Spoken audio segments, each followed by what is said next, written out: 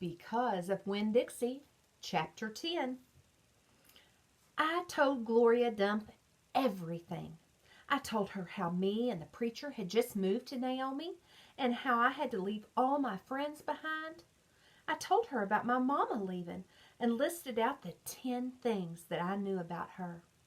And I explained that here in Naomi, I missed Mama more than I ever had in Watley. I told her about the preacher being like a turtle, hiding all the time inside his shell.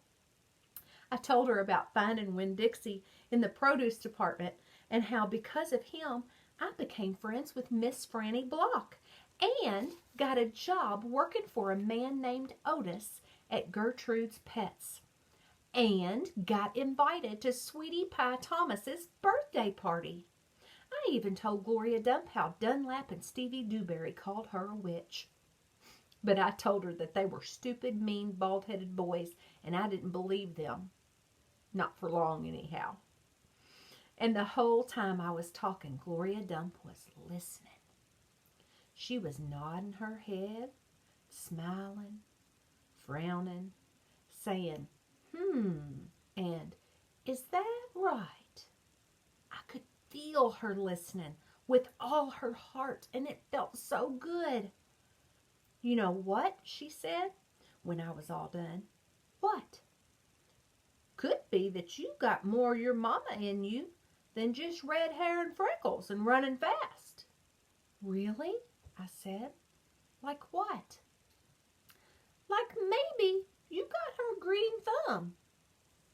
The two of us could plant something and see how it grows. Test your thumb out. Okay, I said.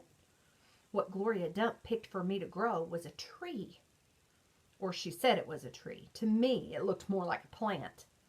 She had me dig a hole for it and put it in the ground and pat the dirt around it tight, like it was a baby and I was tucking it into bed. What kind of tree is it? I asked Gloria Dump. It's a wait-and-see tree, she said. What's that mean?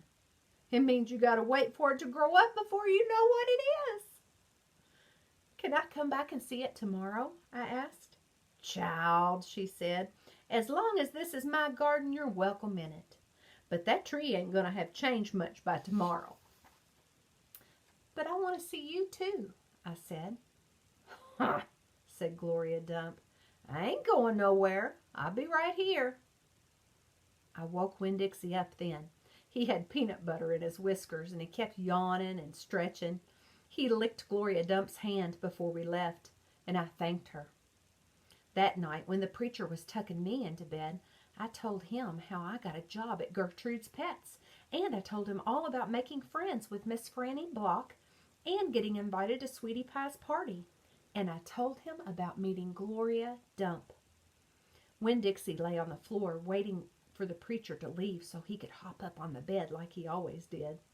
When I was done talking, the preacher kissed me goodnight, and then he leaned way over and gave Winn-Dixie a kiss too, right on top of his head. You can go on and get up there now, he said to Winn-Dixie. Winn-Dixie looked at the preacher. He didn't smile at him, but he opened his mouth wide like he was laughing. Like the preacher had just told him the funniest joke in the world. And this is what amazed me the most. The preacher laughed back.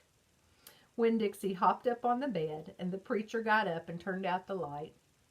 I leaned over and kissed Winn-Dixie too, right on the nose, but he didn't notice. He was already asleep and snoring.